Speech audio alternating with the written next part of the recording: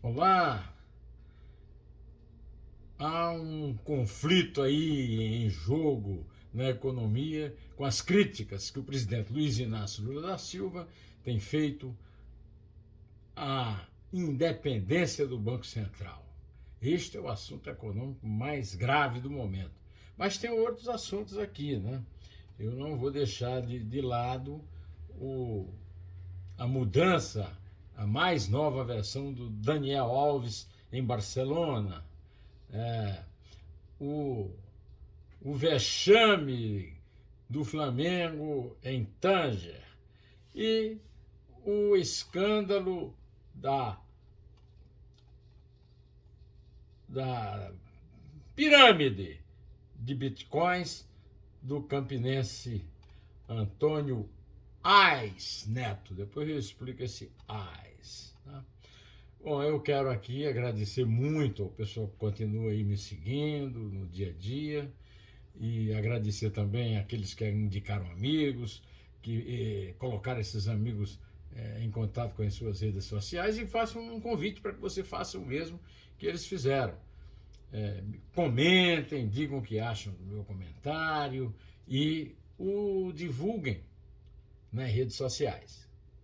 O ex-presidente do Banco Central, Armínio Fraga, acha que ainda é muito cedo para qualquer conclusão em relação ao terceiro mandato de Luiz Inácio Lula da Silva na área econômica. Ele acha que o governo tem uma chance histórica de recuperar áreas cruciais para o país, mas há muitos riscos na condição da política econômica. Ele está vendo um governo que tem uma oportunidade histórica de mostrar serviço em áreas cruciais, como educação, saúde e meio ambiente, mas que, infelizmente, está correndo o risco de atrapalhar pelo lado da macroeconomia. Eu vejo muito potencial de um lado, mas vejo algum risco do outro, disse Armínio, sócio fundador da Gávea Investimentos e ex-presidente do Banco Central. Para jogar um pouco d'água nesse incêndio aí que o Lula tem imposto, o seu ministro Alexandre Padilha, de Relações Institucionais, disse nesta quarta-feira que não existe por parte do governo nenhuma discussão sobre mudança na autonomia do Banco Central. As críticas que o presidente tem feito ao Roberto Campos, segundo ele, não levarão nesse caminho, né? Mas o Lula afirmou que o Banco Central é responsável pela alta taxa de juros do país e que o Senado Federal poderia trocar a presidência do banco, uma vez que o banco tem autonomia. Né? Como eu avisei aqui no começo, eu vou falar também do caso do Daniel Alves, que está preso desde 20 de janeiro em Barcelona, acusado de estuprar uma mulher numa boate no fim do ano passado. Daniel Alves relatou nova versão, já é a terceira ou quarta versão do que aconteceu naquela noite. Inicialmente ele havia dito que a jovem que denunciou anunciou o caso, havia feito sexo oral nele, mas agora o atleta admitiu que houve penetração vaginal. É a terceira versão que ele conta sobre os fatos que aconteceram em 30 de dezembro, segundo o site do jornal espanhol El Tiempo. Ainda sem sair do exterior, nós temos aí a notícia do enorme vexame, o vexame histórico que o Flamengo deu em Tanger. Mas os jornais têm, principalmente o Globo, tem lembrado que vexame muito maior, essa diretoria bolsonarista do Flamengo tem, no caso macabro do incêndio que matou crianças lá do chamado Ninho do Urubu. Já é de muito mau gosto essa história do símbolo do urubu, era uma brincadeira que virou símbolo, então Ninho do Urubu, e a forma como as crianças, todas elas foram tratadas, nesse caso, e as famílias também, nas questões em dúvida na justiça, etc., mostram que essa diretoria do Flamengo é desumana e não sabe cuidar do seu principal capital. Ontem eu falei para vocês que o capital do Flamengo não é esse time que está lá em Tanger. O capital do Flamengo está no Ninho do Urubu. O capital do Flamengo são jovens, excepcionais, revelações que estão sendo vendidas a peso de ouro, e aí eu não quero botar nenhuma insinuação que esse dinheiro circula de forma estranha, mas a verdade é que o que acontece é o seguinte: se vende jogadores jovens de futuro a preço caríssimo, muito jovens, um deles é o Vini Júnior, que joga exatamente no Real Madrid, que está também em Tanger disputando o Campeonato Mundial, e contrata jogadores veteranos que não têm mais nenhuma chance, e nós vimos esse time velho atuando em Tanger na partida contra o Al Hilal, da Arábia Saudita. Né? Aliás, nós temos visto esses jogadores na Arábia Saudita. O grande destaque negativo foi o Eric Pulgar, um volante chileno, e no outro lado, o melhor jogador do meio de campo da Al Hilal é um volante que começou, o Cuellar, colombiano, que começou no Flamengo muito jovem. Não foi criado na base do Flamengo, no Menino do Urubu, lá do Ninho do Urubu, mas era um jogador jovem de futuro, e a prova disso está aí. O Al Hilal está na final de clubes e o Flamengo vai disputar o terceiro lugar. Né? Nesta quarta-feira, 8 de fevereiro de 2023, é o aniversário macabro do incêndio do Ninho do Urubu, lá do Flamengo, né? Que foi em 2019, ou seja, há 4 anos. Né? Bom, temos também a notícia de que o pandeirista da seleção do Tite, né, o Dani Alves, está mudando a sua versão, mas essa aí nós já demos. Né?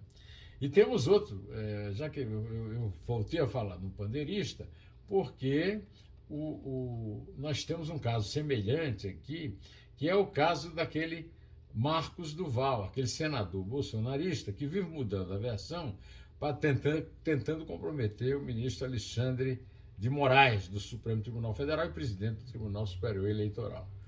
Não está conseguindo nada que o ajude. Né? Eu também tenho a contar a vocês o início da desocupação do território Yanomami, dos garimpeiros ilegais no território Yanomami, em Roraima, pelo IBAMA, pelo FUNAI e pela Força Nacional. Vamos ver em que vai dar isso. Dizem que são 20 mil garimpeiros que estão poluindo as águas do rio, na bacia do Amazonas, com mercúrio, que é fatal, cria muitas doenças mortais e que é um vexame mundial do Brasil. Né? Bom, tem também ainda a repercussão daquele caso do rapaz que tem uma empresa de investimento em bitcoins com sede em Campina Grande, na Paraíba, a cidade onde eu passei a minha adolescência, e na Faria Lima, na cidade de São Paulo, onde vivo desde 1970, quando eu tinha 19 anos. O nome do Antônio é Antônio Inácio da Silva Neto, e ele, para criar um charme, inventou um tal de Antônio Ais Neto. Né? E essa firma é que explica o Bryce Company, que é o nome da empresa dele, que tem esses escritórios em Campina Grande e na Faria Lima. Agora ele apareceu num vídeo jogando toda a culpa numa grande operadora de Bitcoin chamada Binance, dizendo que a Binance tem negado lhe dar dinheiro. A Binance, o fim da picada seria se a Binance tivesse entrando em conversa que está sendo acusada de ser pirâmide. Eu sei que vocês têm acompanhado o noticiário e estão vendo que a justiça não tem dado ganho de causa aos prejudicados. Eu conversei com advogados que tratam bem desse assunto e eles dizem que ainda não é hora, que a justiça não pode agir de forma precipitada, precisa esperar um tempo. Mas a verdade é que o Antônio Ais Neto tem conseguido não travar, que os saques não sejam travados e que as transferências também não sejam proibidas, né? O que estaria gerando atraso dos pagamentos dos clientes da empresa de criptoativos desde dezembro. O que está acontecendo na Paraíba e aqui também, em São Paulo, onde a empresa tem escritório na Faria Lima, segundo um advogado que não quer se identificar, porque não quer prejudicar os seus clientes, é uma política de terra arrasada e que algo ainda muito grave vai ficar aparecendo desse lixo por esse cidadão aí. Eu quero, antes de terminar aqui, convidar você para 2 momentos muito importantes deste fim de semana. O Neumann Entrevista teve como protagonista o professor de Direito da Universidade de São Paulo, Modesto Carvalhosa. Modesto Carvalhosa é um crítico muito sério da atual situação. Ele criticou muito a chamada polarização entre Lula e Bolsonaro e tem criticado o comportamento, principalmente de Arthur Lira, presidente da Câmara dos Deputados, reeleito com uma maioria esmagadora, e do Senado também. O Arthur Lira, da Câmara, e o senador Rodrigo Pacheco, do Senado. No Dois Dedos de Prosa, o programa está muito agradável, muito engraçado, muito culto, muito refinado, com o presidente há 38 anos da Academia Norte-Rio Grandense de Letras, o poeta Diógenes da Cunha Lima. Eu convido vocês não vão se arrepender de ver tanto a entrevista política e jurídica do Modesto Carvalhosa, quanto os Dois Dedos de Prosa do intelectual Diógenes da Cunha Lima.